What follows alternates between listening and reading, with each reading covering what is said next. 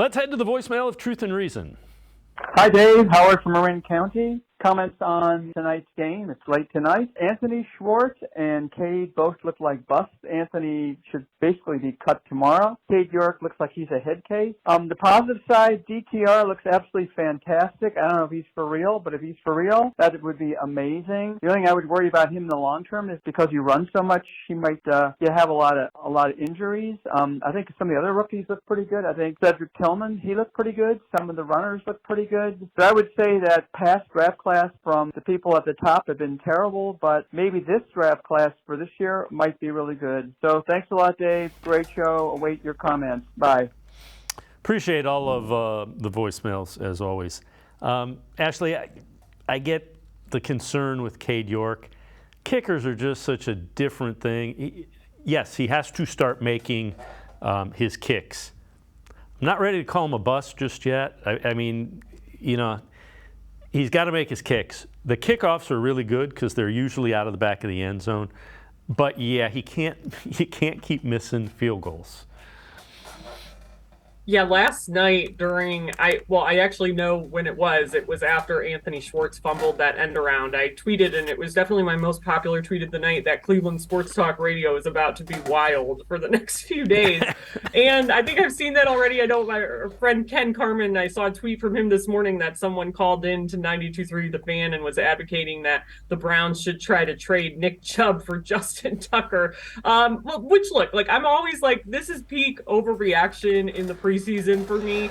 And, you know, with Anthony Schwartz, I think there are some legitimate concerns at this point, right? He's in year 3. I think the Browns have been great about acknowledging, like, the mental health issues he tried to work through last year after, you know, dropping the ball a lot in the preseason and having to try to work past that. But when you're in year 3 and still making the same mistakes, I think it's concerning, and you start to wonder what the role is going to be for a guy like him. With Cade York, I've said it, I wrote it last night, I'm not getting too up or down about anything that Cade York does this preseason. I think that was a bad first impression for his second year to come out and miss a 49-yard kick, especially because half of his kicks last year, he had 10 misses. 5 of them came from between 30 and 49 yards out, which as an NFL kicker, that's where you're going to make your money, essentially. Those are the money kicks. And, you know, it's great that he can make some long 50-plus yard field goals, but you really do have to find consistency there.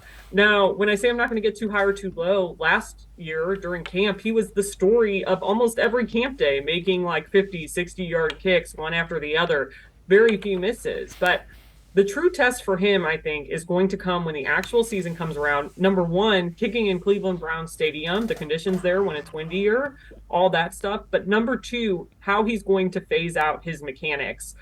Because he talked about that last year. He told me that again in the spring, that he feels comfortable with that plan, that he was too focused on it, and he needs to just kind of let his body take over, his muscle memory take over during those key kicks. So I'm the first to admit that was not a good look last night, but I still don't think it's time to panic on Cade York. Just like if he made every kick last night, I wouldn't think, yes, he fixed what he needs to fix, because I think the true test is going to come in the season for him, because that's where his biggest struggles happened last year.